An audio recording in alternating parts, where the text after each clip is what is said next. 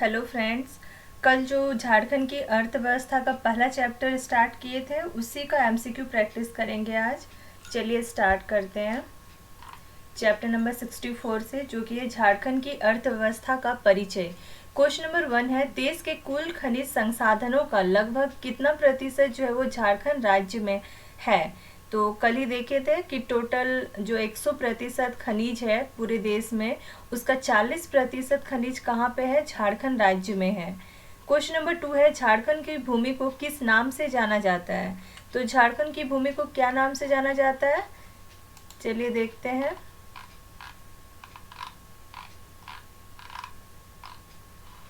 झारखंड की भूमि को रत्न गर्भा के नाम से जाना जाता है। और दूसरा और क्या किस नाम से जाना जाता है, झारखंड को भारत का रूर भी कहा जाता है। तो दो नाम, एक रत्न गर्भा और दूसरा है भारत का रूर। तो यहाँ पे हो जाएगा ये फर्स्ट का तो 40% खनिज जो है वो झारखंड में है। और किस नाम से जाना जाता है, रत्न गर्भा, option number C. Question number 3, किस राज्य को भारत का रूर कहा जाता है। तो झारखंड को भारत का रूर कहा जाता है।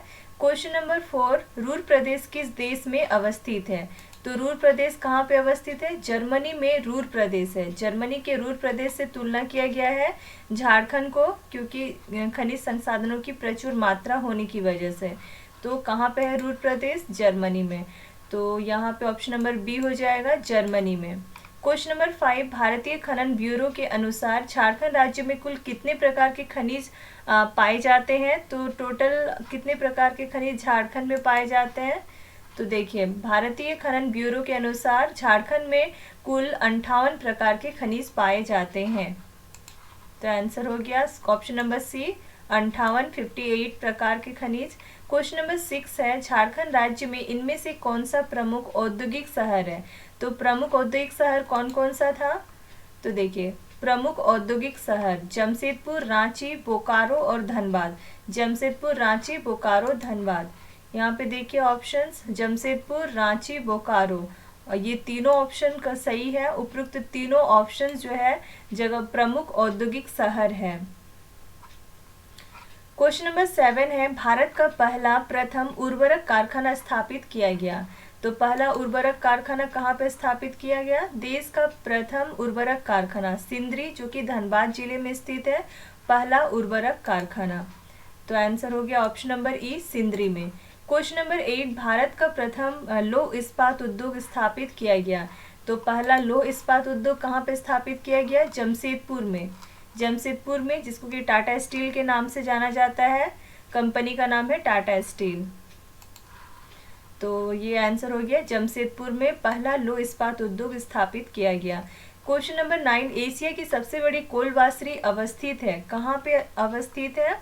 तो पहले तो था करगाली में, लेकिन अब क्या हो गया है, देखिए, एशिया की सबसे बड़ी कोलवासरी पीपरवार चतरा जिले में स्थित है। पीपरवार चतरा जिला, तो पीपरवार झारखंड में, ऑप्शन नंबर डी करेक्ट।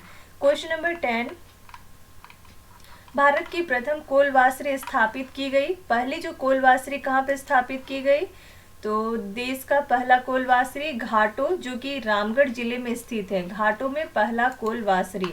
तो यहाँ पे हो जाएगा ऑप्शन नंबर बी, घाटो। क्वेश्चन नंबर 11, भारत का प्रथम मीथेन गैस कुआं कहाँ स्थित है, कहाँ है।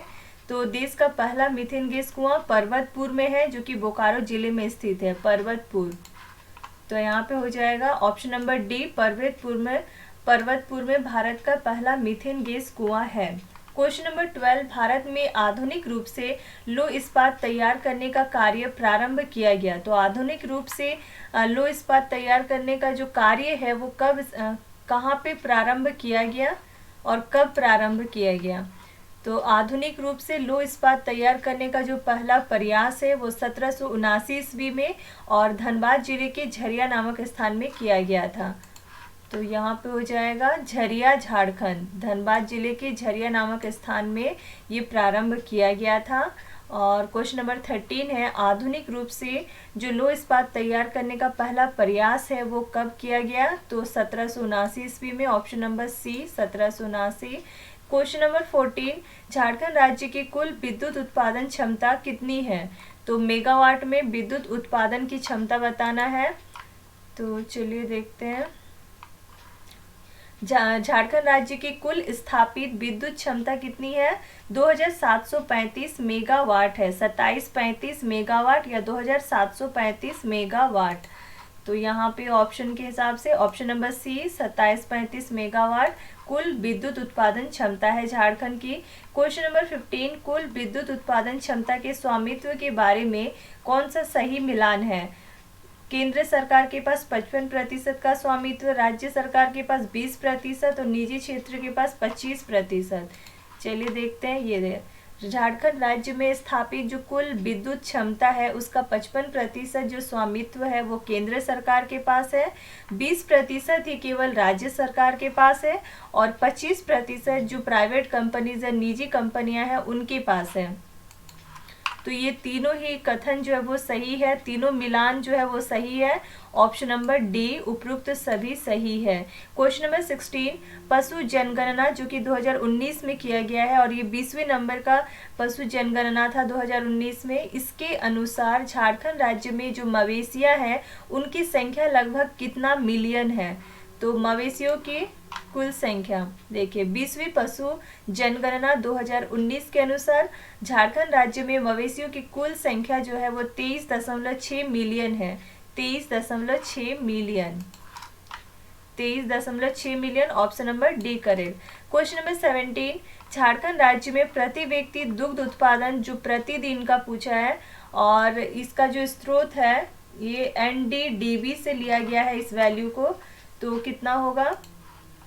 यहाँ पे हम लोग क्या देखे थे, 19-20 का डाटा, प्रति व्यक्ति दुग्ध उपलब्धता झारखंड में 182 ग्राम प्रतिदिन है और यहाँ पे तो कोई ऑप्शन नहीं है 182 ग्राम का, तो उसके आसपास का वैल्यू देखेंगे। तो 182 के आसपास 177 ग्राम है, तो इसलिए आंसर हो गया ऑप्शन नंबर सी 177 ग्राम। क्वेश्चन नंबर 18, किस स्थान पर, झारखंड राज्य के किस स्थान पर सिल्क पार्क की स्थापना की जानी है?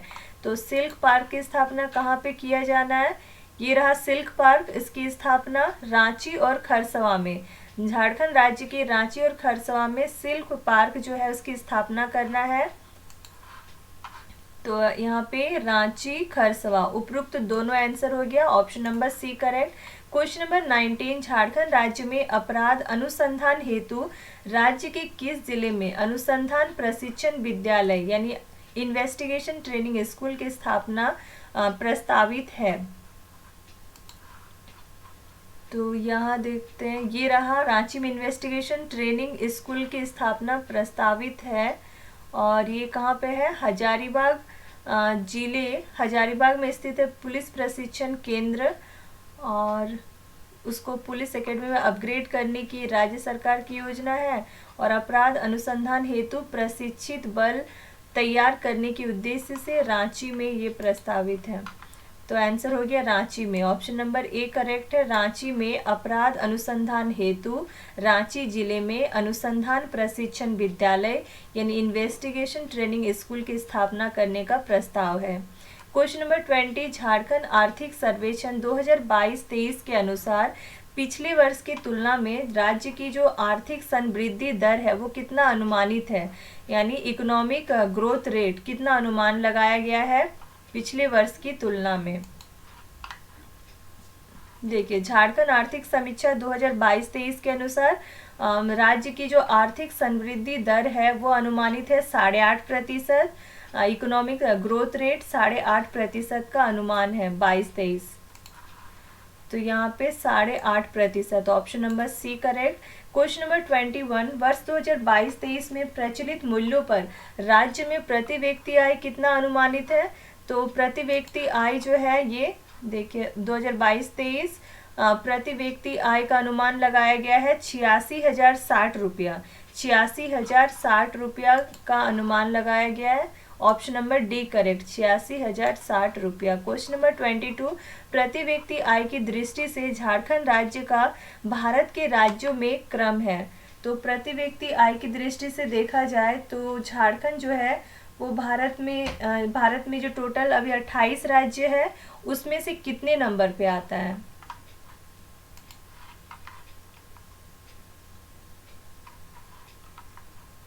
यहाँ दिया हुआ है प्रति व्यक्ति आय की दृष्टि से झारखंड का स्थान जो है भारत के राज्यों में 26वां है।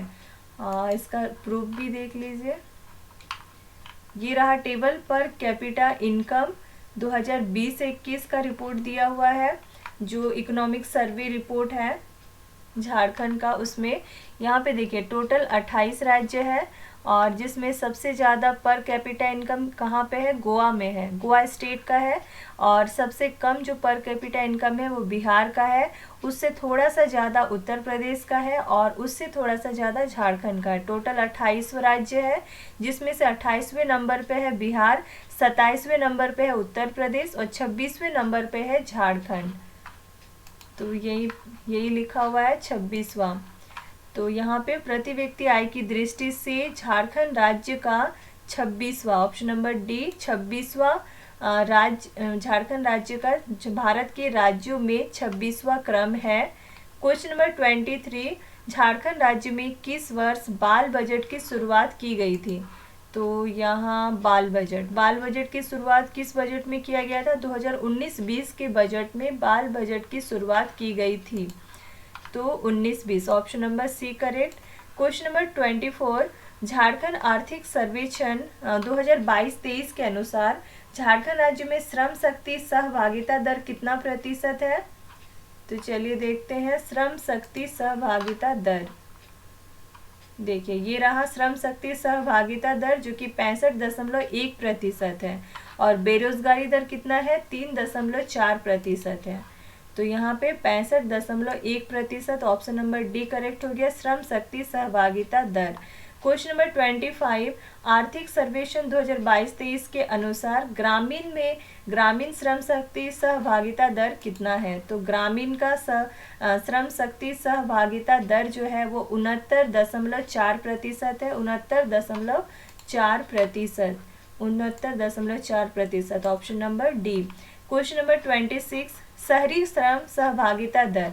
अब शहरी का कितना? ग्रामीण का 69.4 हो गया, शहरी में 50.1% है, ऑप्शन नंबर डी 50.1% शहरी श्रम सहभागिता दर है, रेट है। क्वेश्चन नंबर 27, उसके बाद पुरुष श्रम सहभागिता दर और महिला श्रम सहभागिता दर। तो पुरुषों का है 82.9% और महिला जो है महिला का श्रम शक्ति सहभागिता रेट 47% है, 87.9%।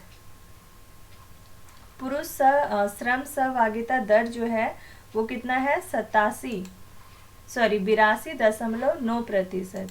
तो ये हो गया ऑप्शन नंबर सी 82.9%। और महिला का श्रम सहभागिता दर कितना है? तो महिला का है 47%।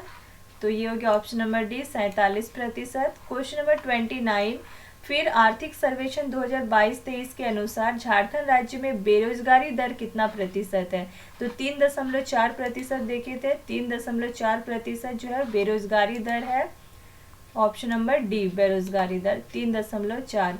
और क्वेश्चन नंबर 30 है, इसी सर्वेक्षण 2022-23 के अनुसार ही ग्रामीणों का बेरोजगारी दर कितना है? तो ग्रामीणों का बेरोजगारी दर 2% है और शहरी का 9.8% है। तो ग्रामीण का है 2%, ऑप्शन नंबर सी। और क्वेश्चन नंबर 31 है, शहरी बेरोजगारी, ये 9.8%, ये ऑप्शन नंबर सी हो गया। क्वेश्चन नंबर 32, अब पुरुष बेरोजगारी दर और महिला बेरोजगारी दर कितना है?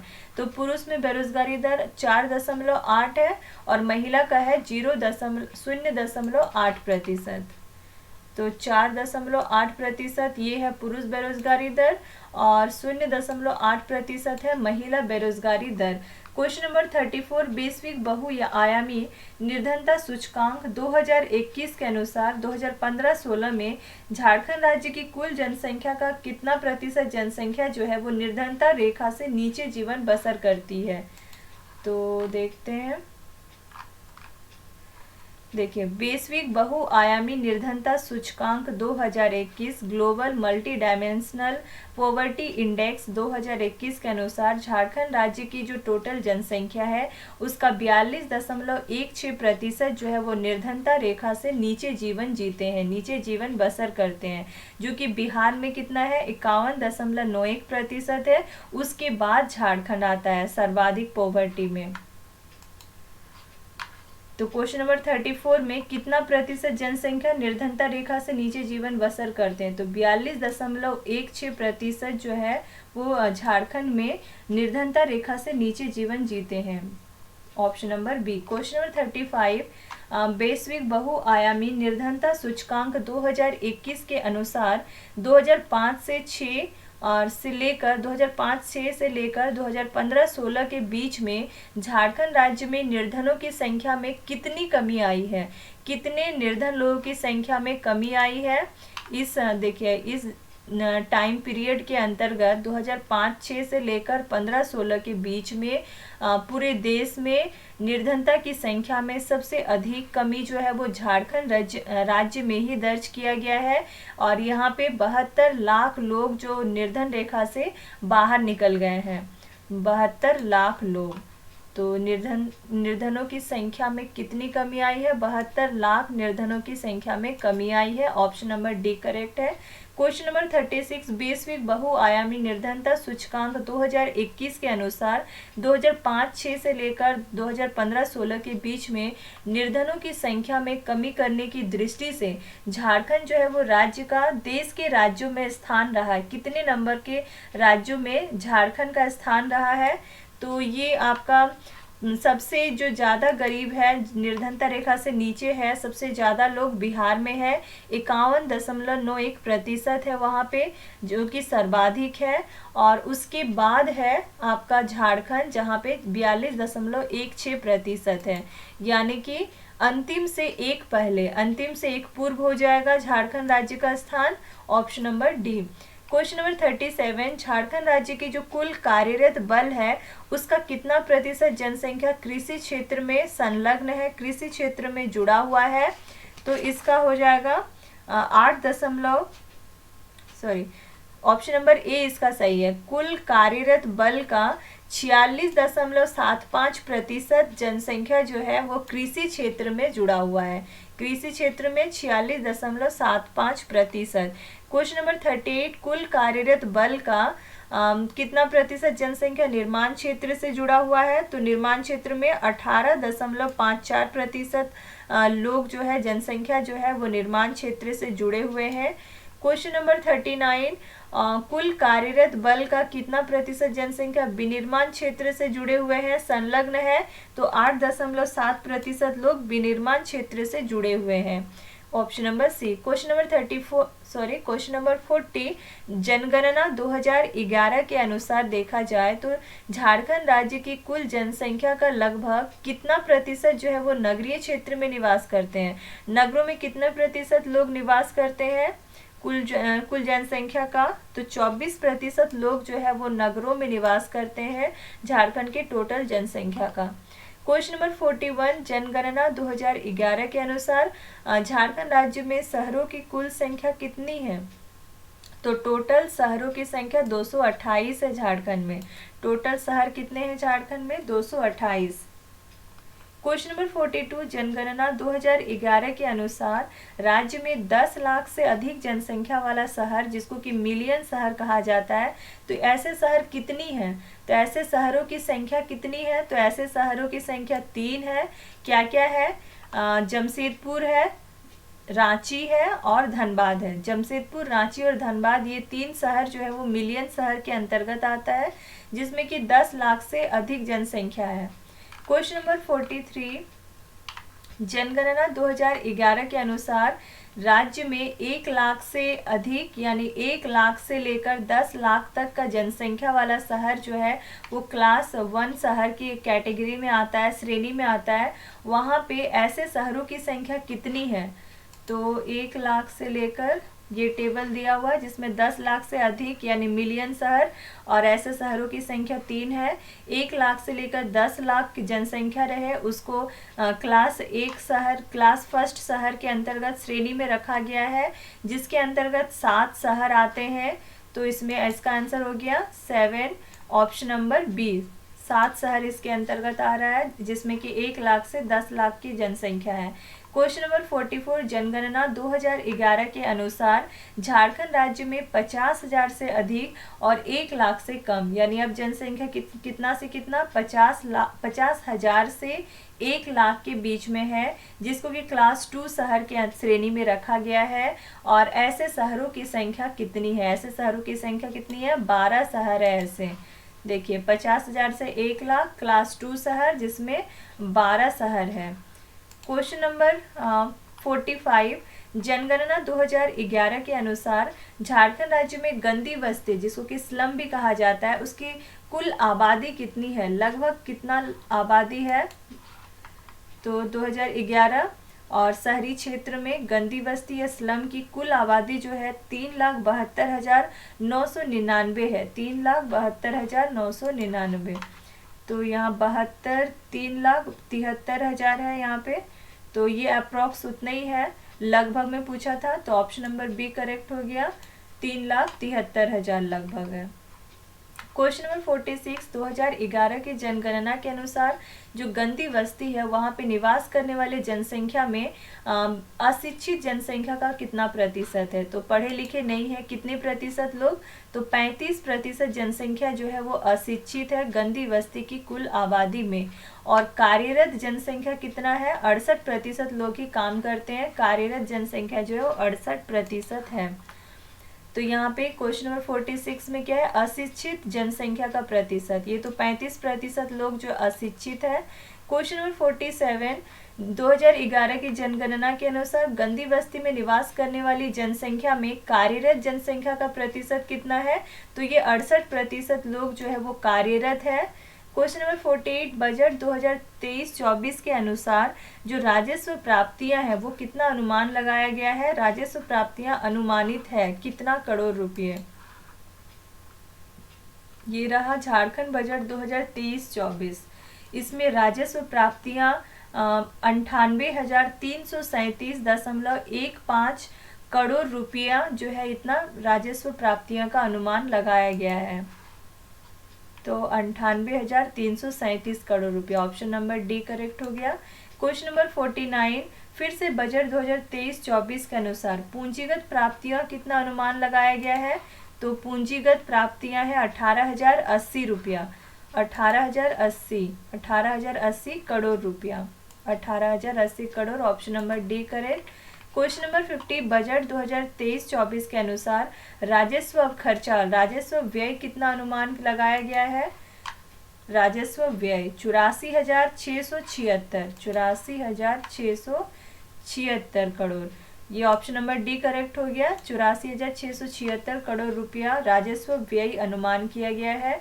क्वेश्चन नंबर 51, बजट 2023-24 के अनुसार ये पूंजीगत व्यय कितना अनुमान लगाया गया है?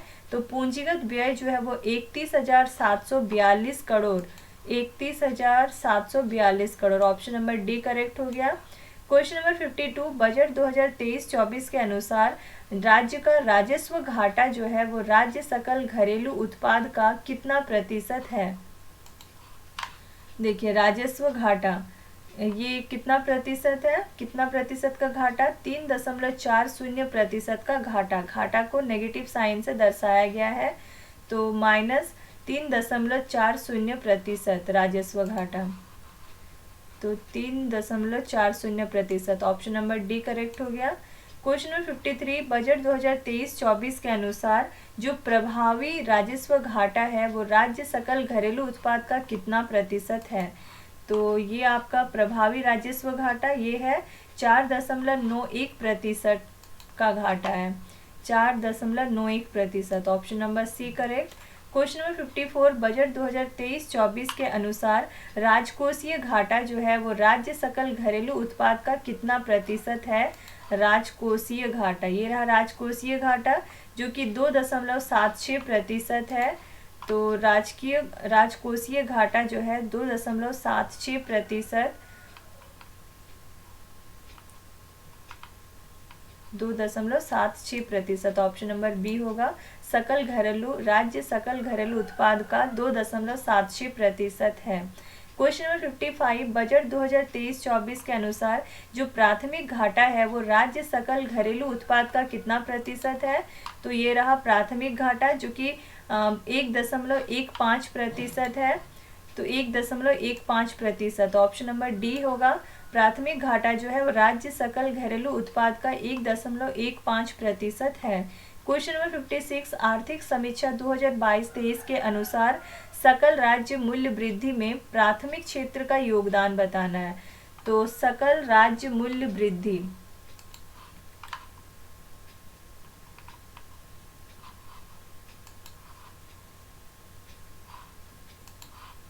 ये रहा।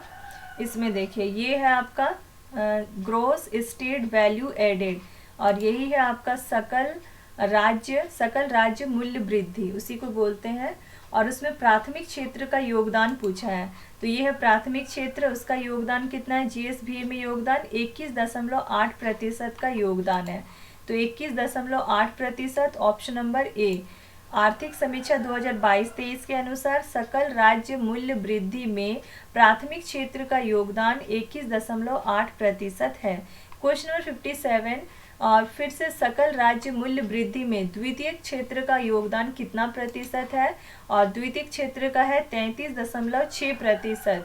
तो ये हो जाएगा 33.6%। Option number C correct.